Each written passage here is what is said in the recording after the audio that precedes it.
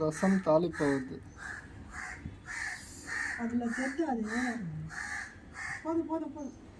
கொஞ்சம் தேவையான அளவு எண்ணெய் ஊற்றிக்கிட்டேன். 2 ஸ்பூன் எண்ணெய் ஊற்றிட்டு அடுப்பு வேறு நல்லா சுடுது. நீங்கள் பார்த்தீங்கனாலே தெரியும், நெருப்புலாம் மேலே சைடு காத்துருது. விறகு அடுப்பில் செய்கிறது ரொம்ப நல்லது, அதெல்லாம் சொல்லல. ஒரு ஆயா சொல்கிறாங்க, கேட்டுக்கோங்க. நீங்கள் சிரிக்கிறதுலாம் ரெக்கார்ட் ஆகுது இல்லை. ஜாலியாக செய்கிறாங்க அப்படின்னு நினைக்கிறாங்க.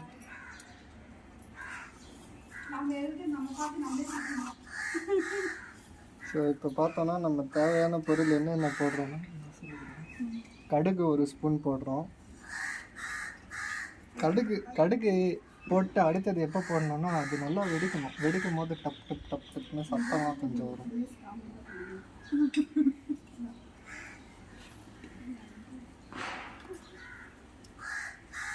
என்னடா ஒரே புகையாக வருதுன்னு பார்த்தீங்கன்னா, எங்கள் வீட்டில் ஒரு ஆயா இருக்காங்க. அவங்க வந்து விறகடுப்பில் செஞ்சால் தான் பிடிக்கும்னு சொல்லிட்டு அதில் செய்வாங்க அடிக்கடி.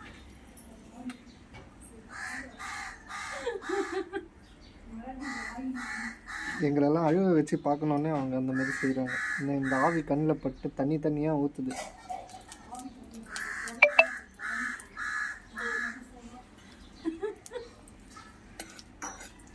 என் ஃபேஸ்லாம் பார்த்தீங்கன்னா நீங்களே அழுதுடுவீங்க, அந்தளவுக்கு தண்ணி வந்துடுச்சு கண்ணில். சரி, ஓகே, பேக் டு ரசம். ரசம் பார்த்தீங்கன்னா இப்போ தான் வந்து கடுகு வந்து வெடிக்குது. அது வெடிக்கும் போது நம்ம கொஞ்சம் எட்டையிலேருந்தே கொஞ்சம் தொழணும். கிட்ட போய் தொழணுன்னா அது வெடித்து கையில் படும், அப்புறம் எங்கேயாச்சும் பட்டுச்சுன்னா எரியும். ஏன்னா எண்ணெய் ரொம்ப வெடிக்குதுல்ல, அதனால். நீங்கள்லாம் இதை பார்த்துட்டு இருக்கும் போது நல்லா என்ஜாய் பண்ணுவீங்கன்னு நினைக்கிறேன். அப்படியே ஒரு லைக் சப்ஸ்கிரைப் அமுத்தி விட்டுடுங்க, நாங்களும் என்ஜாய் பண்ணுவோம். அதை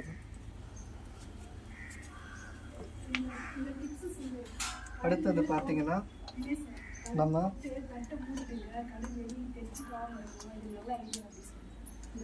ஆயா ஒரு ஐடியா சொல்கிறாங்க, கேளுங்க. கடுகு வந்து போட்டு அது வெடிக்கும் போது தட்டை போட்டு மூடிட்டோன்னா வெளில தெரிக்காது. ஸோ தட்டிலேயே வந்து தெரிச்சு அது உள்ளேயே இருக்கும், வெளில வராமல்.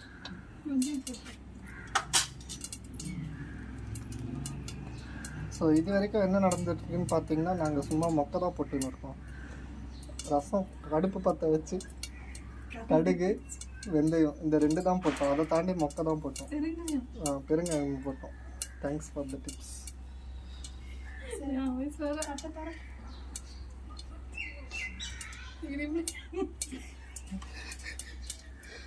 இப்போ பார்த்தீங்கன்னா தட்டை எடுத்துட்டோம்னா எல்லா கடுகு வந்து எல்லாம் வந்து வச்சுருக்கோம். இப்போ நம்ம இடித்து வச்சுருக்க நசுக்கி வச்சுருக்க தக்காளி, புளி, கருவேப்பிலை இதெல்லாம் வந்து நம்ம ஆல்ரெடி ரசம் செய்கிறதுக்கு முன்னாடி ஒரு பாத்திரத்தில் போட்டு பிசைஞ்சு வச்சுருக்கோம்.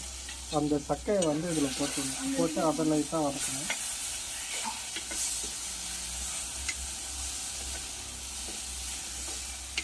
மூட்டுத்தள்ளியே வந்துடுச்சு, அந்தளவுக்கு புகை வருது.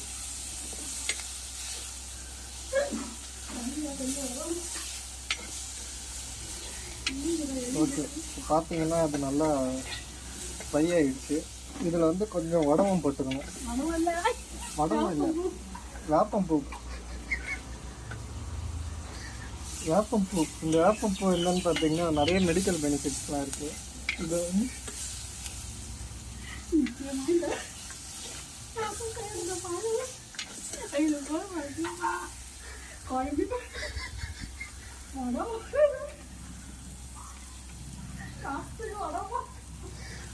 இப்போ பார்த்தீங்கன்னா வடகம் கிடையாது, அது வந்து வேப்பம்பூ. இது வந்து என்னென்ன, வேப்பம்பூவில் வந்து நிறைய மெடிக்கல் பெனிஃபிட்ஸ் நான் அப்புறமா சொல்கிறேன். இப்போ இடித்து வச்சிருந்த பூண்டு, வெந்தயம், மிளகு இதெல்லாம் வந்து திரும்ப போடுறாங்க. இது வந்து ஒரு காரமான எசன்ஸை கொடுக்கும். இப்போ அந்த வேப்பம்பூக்கு வருவோம். வேப்பம்பூ பார்த்தீங்கன்னா ஒரு சீசனில் நிறைய பூ கொட்டும். அந்த பூவெல்லாம் எடுத்து கொஞ்சம் காய வச்சு அப்படியே நம்ம வச்சுக்கோம்னா அது வந்து நம்ம எல்லா சமையல்லையும் கொஞ்சம் கொஞ்சம் போட்டுக்குவோம். ஏன்னா வேப்பம்பூ வந்து வெளிநாட்டுக்கெல்லாம் எக்ஸ்போர்ட் ஆகுது. இப்போ பார்த்தீங்கன்னா நம்ம பேக்கப் ஒரு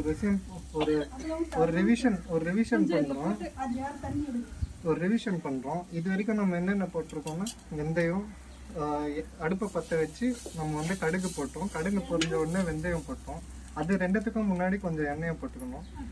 அதுக்கப்புறம் கொஞ்சோண்டு நம்ம அந்த சக்கையை போட்டுக்கணும், தக்காளி அதெல்லாம். அதுக்கப்புறம் நம்ம பூண்டு இதெல்லாம் போட்டுக்கணும். இப்போ வந்து நம்ம அந்த சேர்த்து அந்த கலக்கி வச்சிருக்க பிழிஞ்சு வச்சிருக்க தண்ணி இருக்குல்ல, அந்த தண்ணியை வந்து ஊற்றுறோம், அந்த புளி தண்ணி.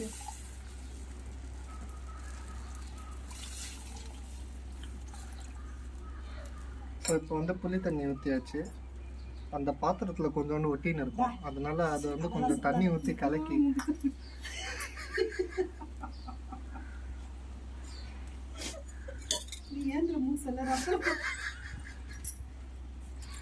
இப்போ பார்த்தீங்கன்னா ரசம் சாப்பிட்டீங்கன்னா மூக்கு சளியெல்லாம் நல்லா போகும். அந்த கட்டையை உள்ள தள்ளி விடுதுனே சார். ஸோ இப்போ வந்து கொஞ்சம் மஞ்சத்தூள், தேவையான அளவுக்கு மஞ்சத்தூள் போட்டுக்கணும். ஐயோ கடவுளே, அந்த இது பொருளை கழுவி ஊற்றிட்டியா? இன்னும் அர்த்தம் பண்ணுறேன். மஞ்சத்தூள் போட்டோடனே ரசம் வந்து இப்போ கொதிச்சிட்டு இருக்கு.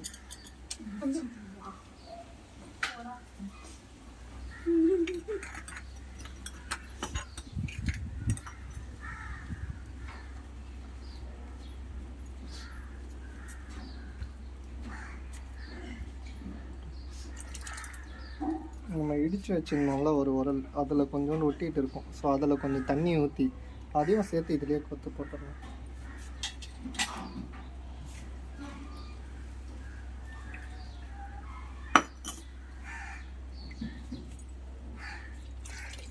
பார்த்து பார்த்து உரலை போட்டுட்டு போகிறேன். அப்புறம் சட்டிலாம் ரெண்டாக போட்டுக்கோம்.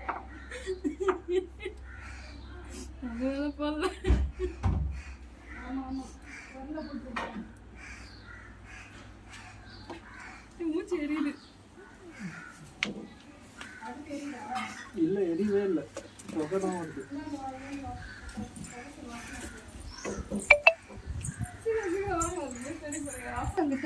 இப்போ பார்த்தீங்கன்னா கீழே அடுப்பு கொஞ்சம் காலியாகிட்டு புகைச்சலாக வருது. அடுப்பு வந்து நல்லா இருந்தால் தான் புகை வராது. இந்த மாதிரி கொஞ்சம் அரையும் குறையுமா இருந்துச்சுன்னா ஒரே புகையாக வரும்.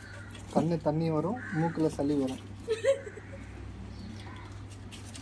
பார்த்தீங்கன்னா திரும்ப அடுப்பு பற்ற வச்சாச்சு. அதுக்கு காற்று ப்ளஸ் இந்த குப்பை இருந்தாலே போதும், ரெண்டுத்தையும் சேர்த்து அடுப்பு பற்றிடும்.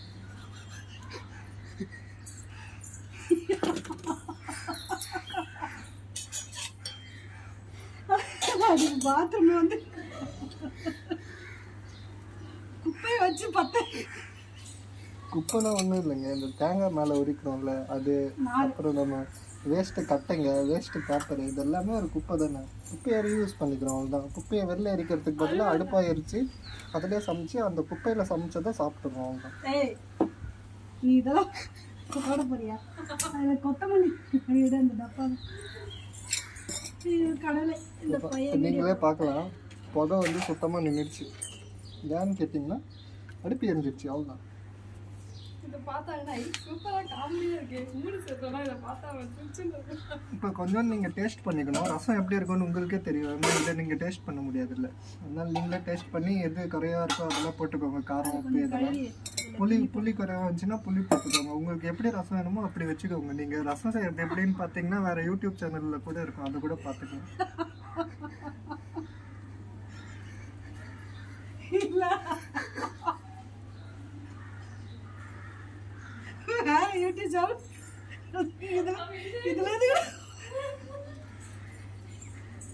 உங்க அப்பா ஒரு வீடியோ பேசாம இந்த மாதிரி காமெடி வீடியோவா போட்டுடலாம்டா. உங்க அப்பா ஒரு வீடியோ போடுவாரு, மொத்த வீடியோ பாப்பாரு. நீ என்ன புதினாலாம் எடுத்தான்ட்டா, புதினா ரசம் ஆயிடும் போது.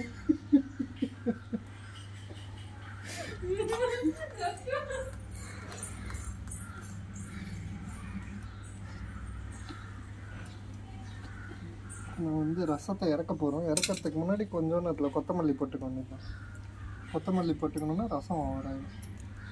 ரசம் வந்து நீங்கள் முதல்ல சாப்பிடக்கூடாது. ஏதாச்சும் குழம்பு, சாம்பார் அதெல்லாம் சாப்பிட்டு கடைசியாக தான் ரசம் சாப்பிடணும். ஏன்னா அது செரிமானம் பண்ணுற பொருள். முன்னாடியே ரசம் சாப்பிட்டிங்கனாலும் தப்பு கிடையாது, உங்கள் இஷ்டம். நீங்கள் எப்போ இருந்தால் அப்போ சாப்பிட்டுக்கணும்.